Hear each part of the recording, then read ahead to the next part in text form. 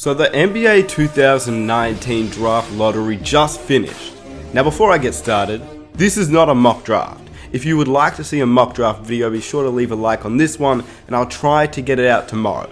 Anyway, these are just my initial thoughts on the draft lottery because it just finished and I have a lot to say. Because I did not think it would go like this. I did not think the Pelicans would end up with the first pick. I did not think that the Lakers would end up top 4. I thought the Knicks for sure was going to get the first overall pick. And even if they didn't, I was like, alright, maybe Phoenix would get it. They fall out to like the 6th pick. It's just crazy. Anyway, these are just my initial thoughts on the draft. And before I get started, you can get a player outside the top 10. If you're like me, a Miami fan, or a fan of the NBA that I guess their team didn't get a high draft pick and you're a little bit upset because you fell lower than expected, just remember, this draft class is a good draft class. There's a lot of players in this draft class that could potentially be great players in the league. And you don't always need to select the star player. In 2017, Donovan Mitchell was picked 13. In 2016, Caris LeVert was picked 20, or Pascal Siakam picked 27. In 2015, Devin Booker was picked 13. And in 2014, Zach LaVine was picked 13.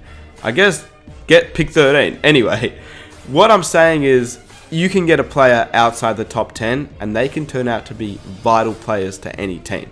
Anyway, let's get into this year's draft lottery. The Pelicans, they land Zion Williamson. Well, they don't land him, but we all know they land him. There's no way that they don't select Zion Williamson. In just 30 minutes a game, Williamson averaged under 23 points per game, 9 rebounds, 2 assists, 2 steals, almost 2 blocks. He shot a ridiculous 68% from the field. Holy crap, almost 70% from the field.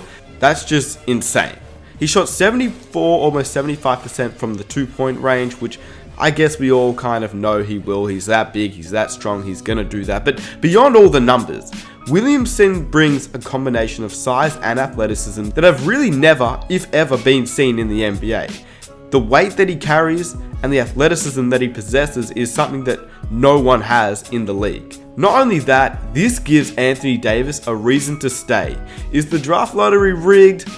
I don't know, but isn't it just crazy how Anthony Davis requests a trade, the Pelicans look so down, and then somehow the Pelicans get the first overall pick with like a 6% chance? I don't know, not saying anything. We could make a video on that. But anyway, the draft lottery is probably not rigged this year because we saw like the Phoenix Suns, the Knicks, all not get the first pick. And if the NBA was going to rig it, I think they would have given it to the Knicks. But anyway, the Pelicans. It gives Anthony Davis a reason to stay.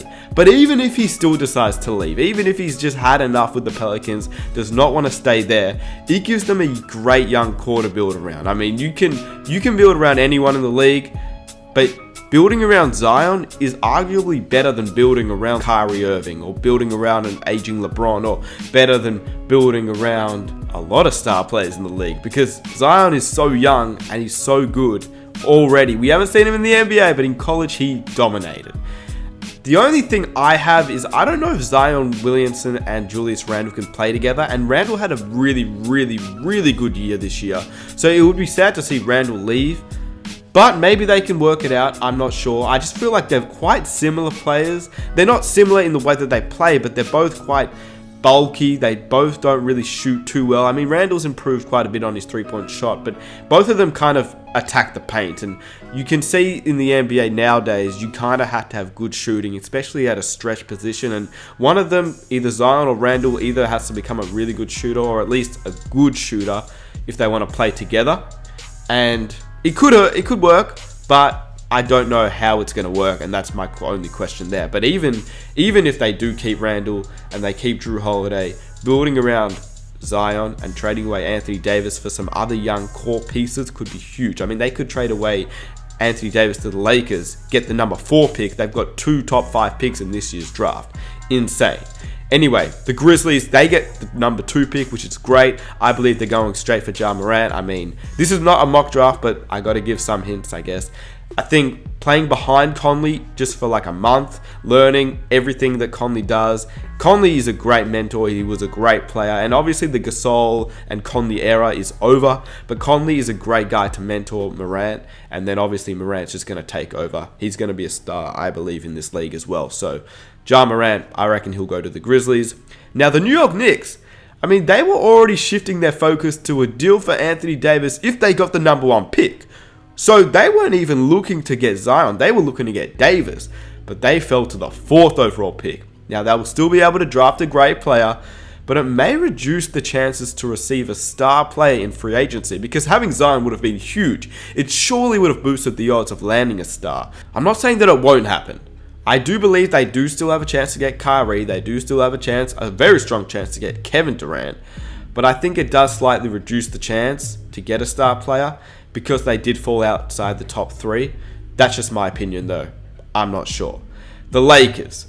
Firstly, for a second, I thought that the Lakers were going to get the #1 pick, and I was like, oh my god, it's rigged. I mean, I don't know about you, but we already kind of talked about this, but if the Lakers got the 1st overall pick, I was like, yeah, this is rigged. Anyway, they ended up getting the 4th overall pick, which is still a great asset to have.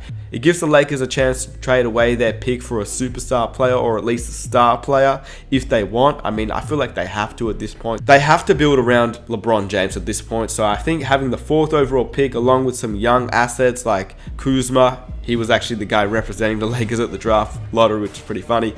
Ingram, Lonzo, I don't know how many of them will get traded, but if they have the 4th pick and they also have these young players and you have an aging LeBron, I feel like something's going to have to happen if they want to get a championship.